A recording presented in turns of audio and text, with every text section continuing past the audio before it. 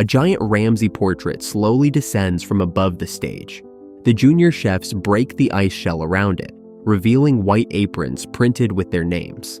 As the 24 junior chefs find their aprons, the competition for the 4th season of Junior MasterChef officially begins. They will challenge themselves with a popular American dish, the hamburger. The pantry is stocked with various breads, meat fillings, and vegetables. The chefs have 60 minutes to create a unique hamburger using these ingredients. The winner will skip the next elimination round and advance directly. Who will be the first victorious junior chef this season? Let's start today's burger battle. This season, America's acclaimed Queen of Baking, Christina Tosi, will replace Joe Bastianich as a new judge. A highlight this season is the participation of a Chinese junior chef. 8-year-old Kaya is the youngest contestant this season and the first Chinese participant in Junior MasterChef. She believes age is irrelevant. What matters most is having extensive cooking knowledge. Kaya has been learning to cook from a very young age. This time, she has chosen top-quality Wagyu beef for her burger, and I'm already looking forward to her performance. Zach, who has only been cooking for a year and a half, brings his confidence from the sports field here. His burger mixes chuck and tenderloin, perfect for a tennis player like him. Avery's burger mixes pork and venison, accompanied by a lettuce salad and Creole sauce. Since venison tends to dry out, she wisely pairs it with high-fat pork. It's clear she possesses a lot of cooking knowledge. With just 150 seconds left in the competition, the junior chefs begin their final efforts. As the competition time ends, 24 unique burgers are completed. The 3 judges will evaluate the performances of the junior chefs and select the top 3 burgers for tasting.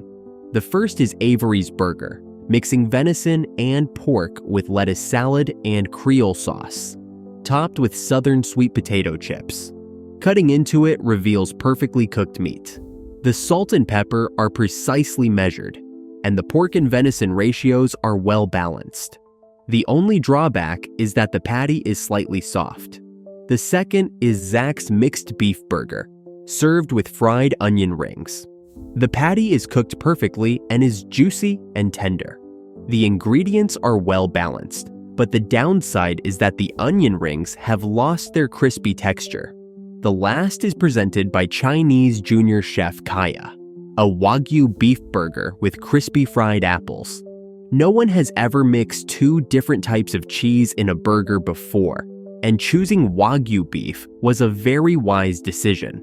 This premium ingredient becomes exceptionally delicious in Kaya's hands. The acidity in the tomato sauce balances the overall flavors, and the combination of 2 cheeses offers an excellent taste. The biggest problem with this burger is that there are no problems at all. Kaya won the first competition of the 4th season with her hamburger. She defeated all the American junior chefs with an American dish. Kaya will skip the next elimination round and advance directly to the 2nd day of competition.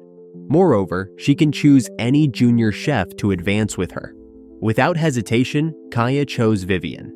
Now, it's time to reveal the theme for the elimination round. Surprisingly, Ramsay brought up a detonator. He then connected the wires to a box brought by Kaya. Is he planning to blow up the stage? As Kaya pressed the switch, marshmallows shot out from all directions. The competition venue instantly became a sea of joy.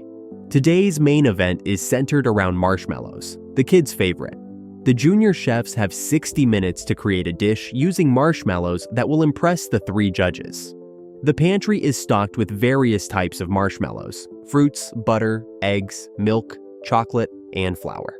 After this round, 2 junior chefs will be eliminated. The 3 who perform well will have an advantage on the 2nd day of competition. Who will stand out in this challenging competition? Let's move into today's main cooking phase. This competition is challenging as they rarely use marshmallows in cooking, and almost all chefs chose to make desserts. This will test their baking skills. Cade is making a southern favorite, a banana boat with sweet potato cookies intended to be savory paired with grilled marshmallows. This creative mix of sweet and savory is very innovative. However, during the process, Cade accidentally set the marshmallows on fire. He stood there, unsure of what to do next. With 5 minutes left, there's still time to make another dish. 9-year-old Addison made a chocolate-flavored cupcake filled with marshmallows and sprinkled with cocoa pieces. But Christina, the recognized queen of baking, is not easy to impress with this dessert. Alexander had some trouble making raspberry sauce. He added too much water and didn't know what to do. Ramsey's suggestion was simple. Just pour the water out. It seems the chef's headband didn't make him any smarter. All junior chefs started to speed up their cooking. Overall, Addison is quite talented in baking. Jesse is also doing well, very confident and willing to take on challenges. Sam, with the mohawk hairstyle, also shows impressive cooking skills. As the final seconds tick down, the junior chefs need to start plating. Some are calm and collected, while others don't even have their plates ready. As the competition ends, the 22 junior chefs have completed their dishes. It's clear who will be eliminated, but we still need to hear what the 3 judges say. The first dish is Addison's chocolate cupcake. It uses thin chocolate pieces and marshmallows, topped with a thick layer of chocolate sauce. The moist texture explodes with chocolate flavor as soon as you taste it. The smooth chocolate sauce with marshmallows makes the flavor very rich. This wonderful taste makes the flower decoration seem superfluous. Next up is Sam's unparalleled pie, featuring a filling of raspberry marshmallow cream and chocolate cookie crumb. Graham Elliott was so impressed that he jumped up after the first bite. The dessert, true to its name, is absolutely delicious. The soft raspberry marshmallow mixed with rich chocolate creates a unique taste. The overall presentation is beautifully and creatively done, making Sam's performance quite striking. Then there's Alexander with his Ology marshmallow hot pot. I'm not joking, he even skipped the plating step. Christina struggled to take a bite. This dessert was as foolish as his headband, making it the most disastrous dish ever. Cade brought a banana boat with sweet potato cookies and grilled marshmallows, where all 3 marshmallows were burnt. Even with plenty of time left, he chose not to remake them, leading to a disappointing dish. Jesse presented a dessert of grilled marshmallows with fried cream. The dessert shocked the baking queen. The cream's crust was perfectly golden brown, and the inside was exceptionally soft and flavorful, matching her taste perfectly. Carrie brought a peach vanilla cake with raspberry preserve, grilled marshmallow, and strawberry sauce. The cake and strawberry sauce tasted great, but adding more marshmallows inside would have made it perfect. Next, Mia cooked marshmallow buttercream sandwich cookies. The filling used butter, powdered sugar, and crushed marshmallows. The overall color combination was very pretty, and the taste was quite good. Using marshmallows to create a delicious filling was simple but surprisingly effective. The last dish was Lan's apple tart with grilled marshmallow. While the apple tasted okay, his marshmallow was also burnt. After the judges tasted all the junior chefs' creations, the top 3 performers were chosen. Unfortunately, Cade and Alexander were naturally eliminated. Despite Alexander's cleverly chosen name, his headband brought him bad luck. 3 giant pastry bags filled with frosting slowly descended from above, aiming directly at the judges' heads. The fate of the judges now firmly rests in the hands of the 3 junior chefs. Since Sam and Addison stood out in the previous round, they, along with a 3rd contestant, will compete tonight in an extra challenge. The theme is decorating cupcakes. Each of their stations is equipped with 60 cupcakes, large bowls of frosting, and several pastry bags. The chef who completes the most in a minute not only skips the next elimination round, but also gets to save their corresponding judge. Addison's judge to save is Ramsey. To ensure fairness, today's competition also welcomed a guest, Logan, the champion of the 2nd season of the Junior Chef Show. Undoubtedly a huge encouragement for the young chefs. The 3 junior chefs are ready. Let's start today's mission to save the judges. This competition is not as simple as imagined. Just filling the frosting into the piping bag takes half a day's effort. You also need to squeeze out the excess air before you can start piping. If too much frosting is applied, and because it's very slippery, it adds a certain level of difficulty to the competition. Addison was the first to start the piping process, but she had too little frosting in her bag, causing her to constantly refill it. Seeing this, Ramsey's heart sank. Jessie's strategy was to slow down to ensure every cupcake was up to standard, but she used too much frosting and the first few collapsed. Such work would definitely not pass Logan's scrutiny. Sam, being a boy, had a certain advantage in strength. His speed was very fast, and in a short time, he surpassed the two girls. Logan will judge the results of this competition. Among the 3 junior chefs, Addison completed the fewest cupcakes, only 10. She pressed the switch, and Ramsey was instantly engulfed by the bursting frosting, looking comically like Santa Claus. Among the remaining 2 chefs, Sam completed the most with 29, and Jessie finished 11, so Christina also couldn't escape the misfortune of getting frosted. Let's congratulate Sam on winning the first round of the competition. He will skip the next elimination round and go directly upstairs to enjoy the feast prepared by the judges for him. They are about to face an unprecedented challenge. Today, the junior chefs will compete with scallops. So, how do you open a scallop? First, insert the knife vertically into the scallop. Then, continuously move it along the shell to separate the scallop muscle from the shell. This way, you can open the shell and see the full view of the scallop. Next, switch to a spoon and scrape along the same curvature of the shell. Use your thumb to trace around the edge of the scallop muscle, and the skirt will be peeled off, leaving only a whole muscle. In the next 60 minutes, the junior chefs will need to extract the scallop meat themselves. After this competition, the 2 chefs who perform the worst will be eliminated. Without further ado, let's dive into tonight's scallop battle. Like other seafood, scallops are easy to overcook.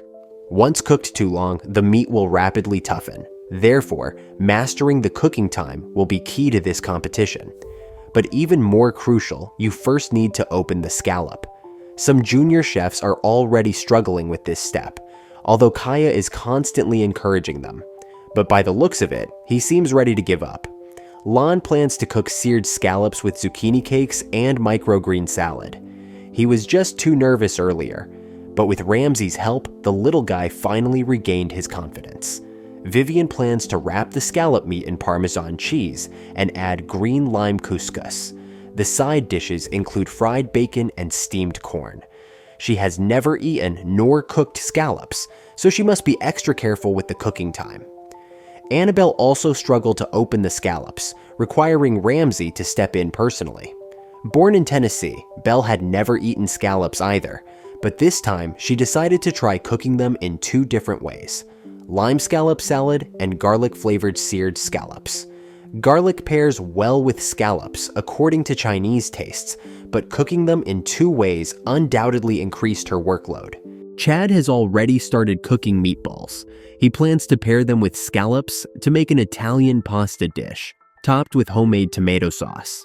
To make the scallops the star, he intends to enhance their seasoning, but too strong a seasoning could overpower the natural flavor of the scallops. Therefore, he must balance the proportions of the ingredients well. All the junior chefs have now moved on to cooking the scallops. Like other seafood, scallops cook quickly, needing only about 1.5 minutes per side. Beyond this, the meat begins to toughen and age. Annabelle made this mistake, with her workload and unfamiliarity, causing her scallops to burn as soon as they hit the pan. Luckily, Avery gave her some extra scallops, allowing her another chance to prepare a dish. With 3 minutes left in the competition, all the junior chefs pushed hard into the final plating phase. As the competition time ran out, 21 delicious scallop dishes were presented to the judges. Let's move to the final judging phase. Today's judging will thrill seafood lovers and should not be missed. These dishes can definitely be considered the pinnacle of seafood cuisine.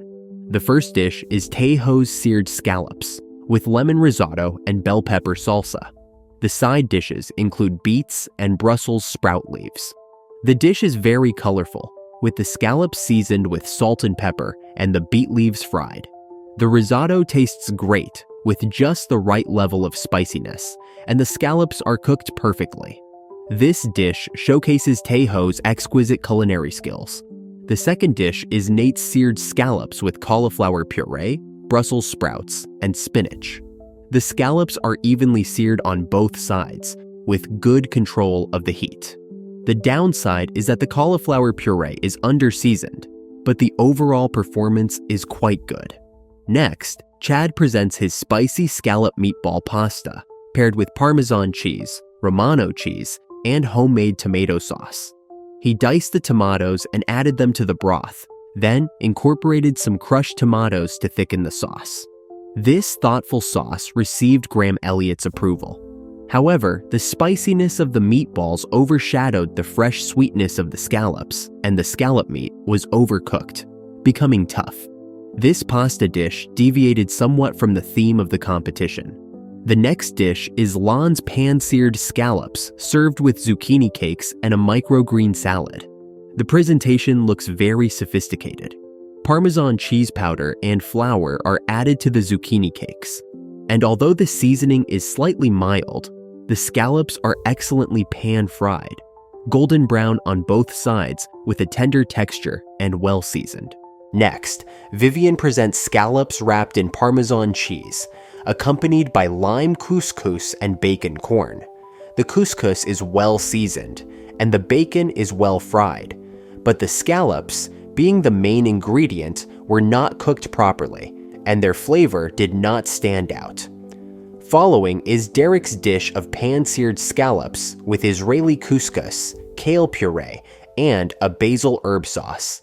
The scallops are sweet and delicious, and the basil herb sauce is fresh and delicate, making a perfect combination.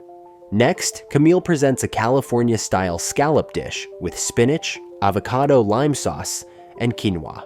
The combination of flavors is quite unusual, and the scallops are visibly undercooked, showing they were not seared for long. Amaya brings pan-seared scallops served with roasted asparagus and a white sauce. Graham Elliott comments on the beautiful color of the scallops after moving the sauce aside, and the taste is quite delicious with excellently seasoned side dishes.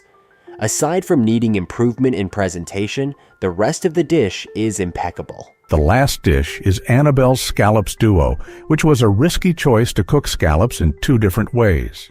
She added too much water to the lime salad, diluting the overall flavor, and the pan-seared scallops were overcooked, making the meat exceptionally hard.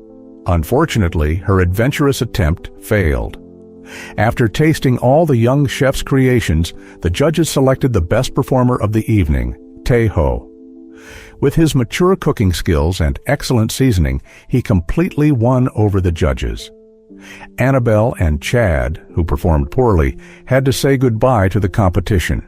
As the young chefs screamed in excitement, a huge box in the center of the stage slowly rose into the air amidst thick smoke.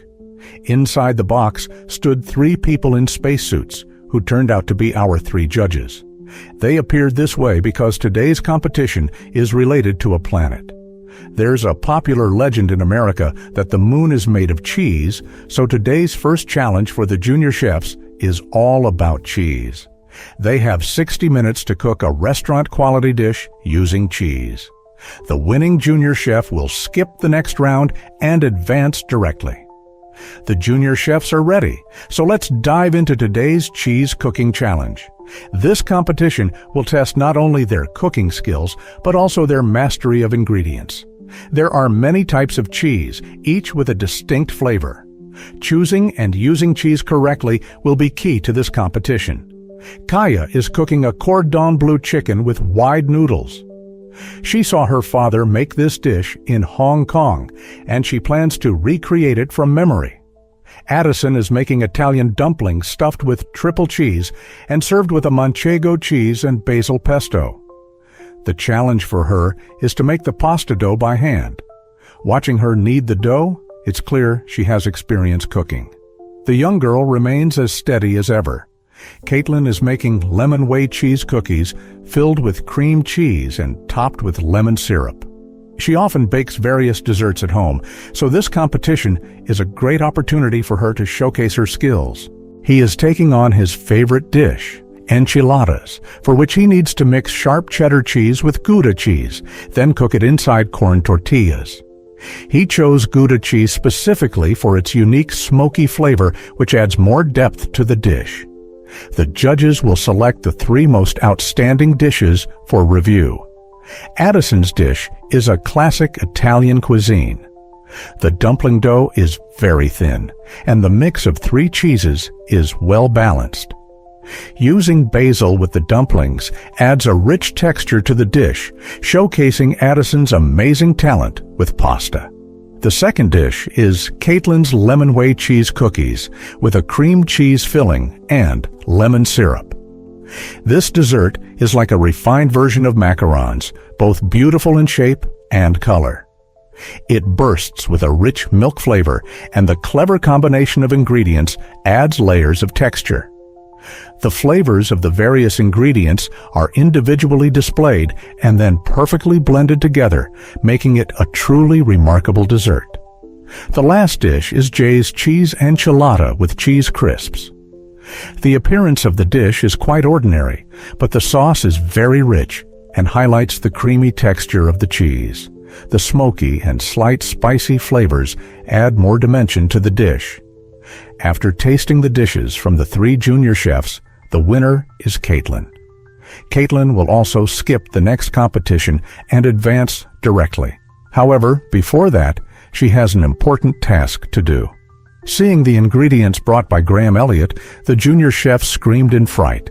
The giant creature turned out to be a 110-pound giant moonfish. As you might have guessed, today's elimination challenge is all about fish. Before Caitlin distributes the ingredients, she enjoys another privilege.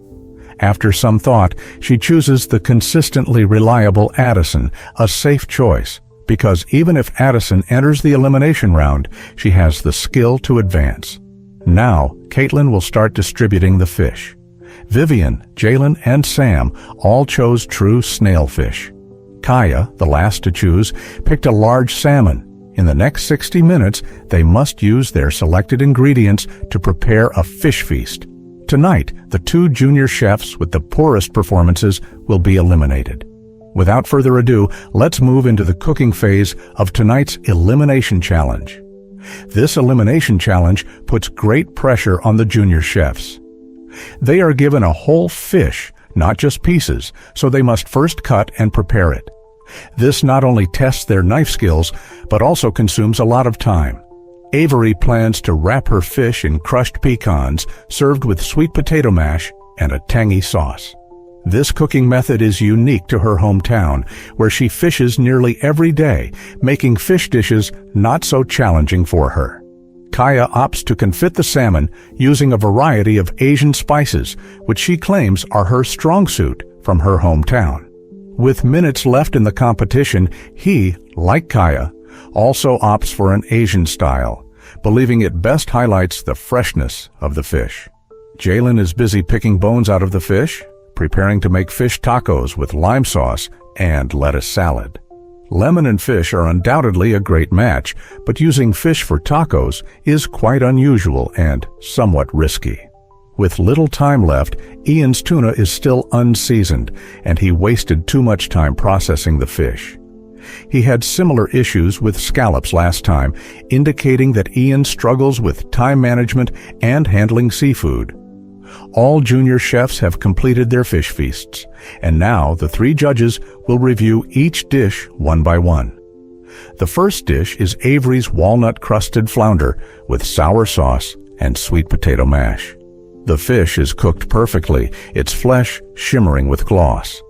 The walnut crust is exceptionally crispy, and the acidity in the sauce beautifully melds all the flavors together.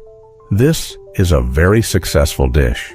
The second dish is Jalen's fish tacos paired with lime sauce and a lettuce salad. The garlic mayonnaise is delicious, but the main ingredient, the fish, is bland and tasteless. She was overconfident in her seasoning and didn't taste the fish, which unfortunately led to an unbalanced final dish. The third dish is Vivian's True Snapper with home-style stewed vegetables and lemon sauce. The stew contains zucchini, eggplant, onions, tomatoes, and bell peppers. Regrettably, the fish is undercooked with hard skin, and the vegetables in the stew are almost raw. Next, Kaya presents a confit of salmon with carrot puree and cucumber in vinegar. She bravely chose a cooking method others feared to attempt. This is undoubtedly a top choice for cooking salmon. The dish is flavorful, and the seasoning of the salmon is just right. At 8 years old, Kaya truly has exceptional culinary talent. The following dish is Kendall's Mediterranean-style sea bass with rice, European wormwood puree, and grilled vegetables. Since the skin side was placed facing the rice, it became soft and lost its crispiness. The vegetables are undercooked, evident from their color. This dish has several errors, putting Kendall in a precarious position. Then there's Nate's seared yellowfin tuna with green peas, mushrooms, cucumber noodles, and tomato salad. This dish has an Asian flair, evident from the choice of ingredients to the overall seasoning. Christina thinks it's the most delicious tuna she has ever tasted. The ingredient pairing is sensible, and the cooking and seasoning are flawless. The last dish is Ian's seared yellowfin tuna with mashed potatoes and grilled asparagus. He simply seasoned the mashed potatoes with salt and pepper, but forgot to season the tuna. However, this mistake turned out to be a blessing in disguise, as the tuna was delicious. He added sesame oil and vinegar to the overall seasoning, which enriched the flavor of the fish significantly. Ian is lucky, but he can't always rely on luck to get by. After tasting the dishes, the judges chose Nate as the night's best performer. His Asian-style tuna was truly impressive. Unfortunately, Vivian and Kendall, who made serious errors, had to leave the stage. It was a flavorful competition. Each junior chef was responsible for one layer of the dish. Since there were only 6 chefs in the group and Sarah required 7 steps, one chef had to take on the remaining 2 layers. Sarah could then press their faces into this bowl of salad. Avery aimed for Graham Elliott's face. Ian's counterpart is Christina Tosi. The 3 groups of young chefs really went all out this time. Even mashing peas seemed particularly energetic. Addison was the first to pass the bowl. Although this was a competition to save the show, Kaya's team was consistently in the lead, with Sam passing the ball first to Camille. Following closely was Ian's team, whose work was also done quickly. The competition had reached an intense phase. Unexpectedly, these kids maxed out their limits. Kaya's group has always been in the lead. Sam was the first to pass the bowl to Camille. Following that, Ian's group was quick too. Meanwhile, Yue was closing the gap with Kaya's group. Due to Camille's slow lettuce cutting, Kaya's advantage was gradually diminishing. Avery's group, led by Derek, quickly turned the situation around. He was the first to pass the salad bowl to the next little chef, Caitlin. Soon, Kaya's group and Ian's group reached the same process. The 3 teams were almost neck and neck. Avery's group was the first to pass the salad to the last little chef, Taeho. The other 2 groups quickly followed to the final step. Mia and Nate tried their hardest to catch up. The competition had reached a fever pitch. Unexpectedly, Mia was the first to raise her hand. Ian's group overtook and finished first. This was a setback for Christina Tosi. Ian unhesitatingly pushed her face into the salad. Of course, Graham Elliott and Ramsey didn't miss out on this fun. Congratulations to Ian's group for winning today's first match. All 6 members of their team advanced to the next round. Next, they will select the ingredients for tonight's elimination challenge for the other little chefs. Unexpectedly, these kids maxed out their rivalry.